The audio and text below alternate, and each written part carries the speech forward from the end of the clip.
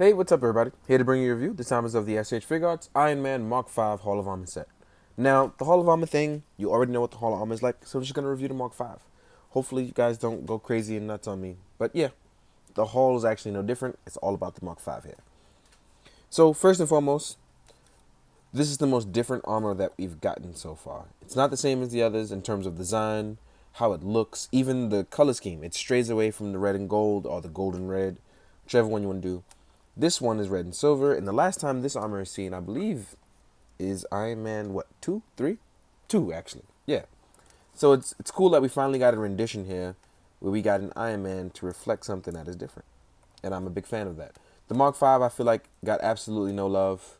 So to get it in toy form is actually pretty cool. The last time we got a Mark V was the Revoltech, which is pretty dope. But I was hoping Bandai would tackle it, and now they have. So immediately, you already know the design is absolutely different. I love the way it looks. The metallic red on the silver makes it reminiscent of the Silver Centurion, but obviously it is not. So it's cool to see that it's just done differently. Let's get to articulation and body. Now, first and foremost, I want to say that the arms are actually hindered going forward due to the arm application here of the suitcase armor. Now, you already know that you can't go all the way forward. This hinders it. So you got to go either around or over. There will be no going directly across the chest. So flight poses aren't hindered, but everything else pretty much is when it comes to the straightforward stuff. So as you can see, you can still capture flight poses really, really well. Has great back articulation. The legs are just supremely designed. I'm a big fan of this. Even with the old drop-down leg method that they're using for Iron Man, I think it's perfectly fine. And it works for what you want to do with the armors. So as you can see here, it looks really good. What's really good in the torso is that brand new articulation that allows it. Of course, no one's going to like this gap in the back. But it does allow you to actually get really good chest articulation. Something that we actually have trouble with most Iron Man because the chest plate is almost always in the way. So as you can see here, he can actually nail a crouching pose. Obviously, there's going to be gaps there and things like that, but I'm not too worried about that.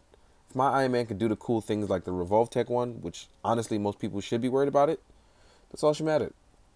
So now he can punch the ground. He can do a three-point landing. He can do thrusters that just absolutely make you do thrusterful things. I just knocked that out. But as also back here, thrusters can go up and down to increase the back articulation. So yeah. But look, just like this, I now have cool Iron Man poses right away. It's one of those things where you give up a few to gain a lot. And I think that this is definitely one of those armors that's cool enough to go mobility. That's what he's aiming for. That's why it's called the suitcase armor. The shoulder pads are actually attached to the arm, so you don't have to worry about those getting in the way, at least like with the front plate. It's really cool. As much as I would love an illuminating chest piece, I'm not a fan of taking away articulation for that. That's what Play Imaginative did. So, yeah. I'm really glad I'm not worried about that here. There's die casts in the feet that allow you to get the most bit of articulation. The only thing that you absolutely have to worry about with the feet is that the feet don't turn all the way in like previous Iron Man where it gives you a better range of motion. You're just not going to get that here. So you're going to work with the best of your mobility here. And hopefully you don't have to worry about too much. So as you can see, Iron Man can pose really well. The hips can go in and out. There's a thigh swivel as well. I think that just about covers it for articulation. Now, as far as accessories, Iron Man comes with his stuff that he comes with for most Iron Man duplicates. It's all pretty much the same stuff. You get long effect parts, for obviously using the hand for repulsor blast. You're going to get the short ones with replicate thrust. All of the usual stuff that we get. And you get your rocket boosters from your feet. All the same usual stuff that we give Iron Man. I think the only drawback on any of the Iron Man is that we got it on the Mark 45 and 43 and no, just the 45, sorry, and the 46, where the plates are actually already on the hand. I'm a big fan of that. I don't like constantly swapping plates, which is what we reverted back to for the previous armors. So when you're swapping hands, you also have to swap the plates. You'll get the repulsor hands. You'll get flight hands that come with no repulsor attachment parts, or salute hands is what I call them. And then you get relax hands as well as the standard fist. So you get 4 sets of hands. You get the repulsor blast and the effect parts. But what's really cool is added on is that you actually get the armor in Suitcase Mode. Now, for those of you who are Tony Stark fans and know Iron Man 2, you know that him carrying around this means he has the Mark 5 with him. So when you're doing photography and you want to add on to your shots, you can obviously show Tony opening it. It does not open, which sucks. But you can show him attempting to open it. You can show him carrying it. The suitcase for the suitcase armor, it's pretty cool. So I think that's a nice addition. Overall, oh, yes, you can put the Tony Stark head on the Mark 5. To do that, though, what you want is to place the ball joint in. Oop, he died. He placed the ball joint in so that it matches the alignment of the front. Oop, I forgot how I managed this. Oh, I made the ball joint match the back of the head. So you're going to actually be pressing forward.